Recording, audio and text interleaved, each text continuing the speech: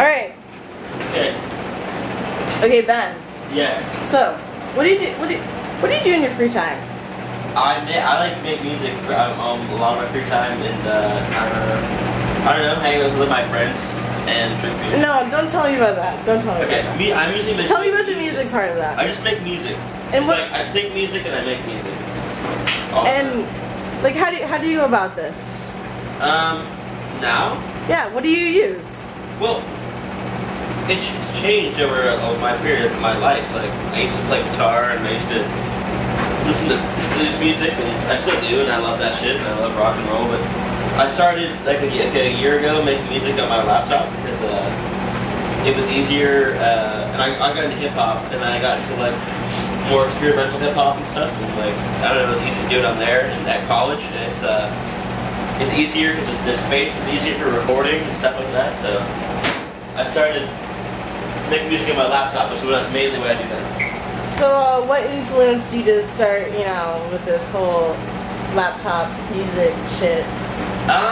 Like, what were your influences, basically? Well, my first influences in hip hop were, well, I guess I liked to try Q-Tip, Trap Called Quest, and those guys, and I got really into that, like the Far Side, and like kind of more old school hip hop, and I started listening to through that I got into Jay Dilla and Madlib, who really revolutionized like the instrumental hip hop track with no lyrics, so just like listening to like just beats, like, you know, minute long, 2 minute long beats. I thought that was really cool. So originally I wanted to buy some hardware, like an MPC was what they used to use back in the day, and but I didn't have. I wanted to try it, see if I could do it first, so I just started on my laptop, and I liked using a laptop because it's the technology of now. Like those guys, when they were making that shit, the MPC was the technology of then. But like now, technology is music, so you gotta kind of like keep your style updated. You know what I mean? Not necessarily, but you gotta keep moving forward and try not to move back into the past. Something that's good. So like, what was like the pathway to this? Like, I know you go to concerts and stuff with your family.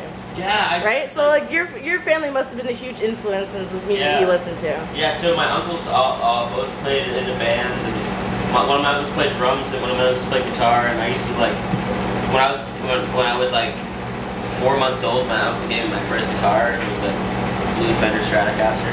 I didn't play it until I was probably 10. But like I started playing it, and I love music was always like something that I loved. Like I used to like love Michael Jackson when I was like 2 years old, like my idol. And then like I got so into like AC/DC, but I would just get so into bands. I would get so into music that it was like I was a kid that was obsessed with one band. Like I got so like it took over my whole like being. Like music was always the most important thing to me.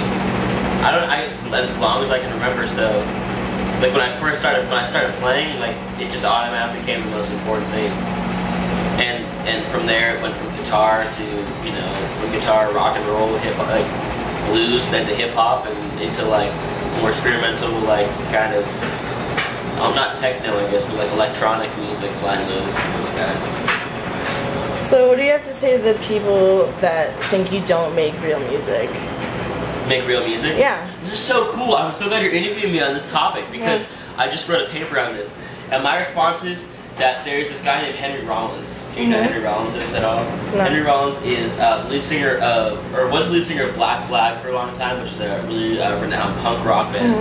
And so punk rock music in the late 70s and the 80s, it was a huge movement, but it was more of an underground movement. You know, started in New York City with like New York Dolls and all those guys, and like it was a rebellion against society. It was scaring like white, quote unquote, white America, parents and politicians and stuff. They were afraid of it as a movement, and they were anarchists, and they were all about whatever, like just fuck the system, and that's they took pride in that, right? And then like, and that was their thing, was like, we don't give a shit, like we don't give a shit. And then he's a spoken word artist now. He does a bit about DJs and about electronic music. It's more about DJs. But he basically talks about how they have no talent and how they don't really create any music and they're really music thieves and all this stuff. So it's like the underground trend when he was back in the day was punk rock, but punk rock's in the underground movement anymore. Now it's more like electronic DJing, that kind of music, which it definitely takes from music in the past, but it remorphs it into a new thing.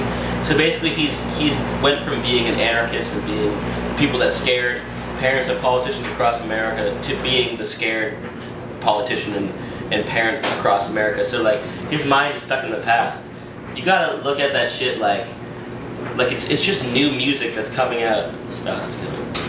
Okay, so we're doing an interview in here. Yeah.